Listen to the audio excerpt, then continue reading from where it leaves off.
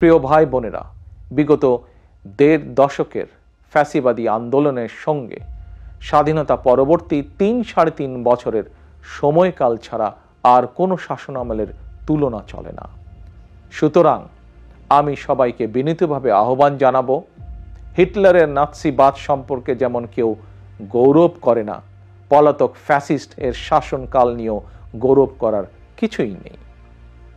ডাকাতি করে কিছু সম্পদ চ্যারিটি করলেও জনগণের চোখে ডাকাত যেমন গ্রহণযোগ্য নয়, তেমনি অন্তর্বর্তীকালীন সরকারের ব্যর্থতা খুঁজতে গিয়ে কৌশলে পলাতক ফ্যাসিস্টদের পক্ষে সাফাই গাওয়াও তেমন গ্রহণযোগ্য হতে পারে না।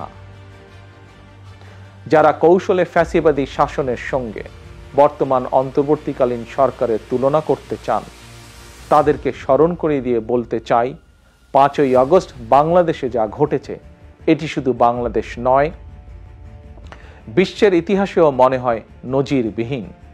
5ই আগস্ট গণভবন ছেড়ে ফ্যাসিস্ট পালিয়েছে, সংসদ ভবন রেখে তথাকথিত সাংসদ পালিয়েছে, আদালত ছেড়ে প্রধান বিচারপতি পালিয়েছে, বায়তুল মোকাররম ছেড়ে প্রধান খতিব পালিয়েছে, ক্যাবিনেট ছেড়ে মন্ত্রীরা পালিয়েছে, ফ্যাসিস্টের দোসররা গা ঢাকা দিয়েছে।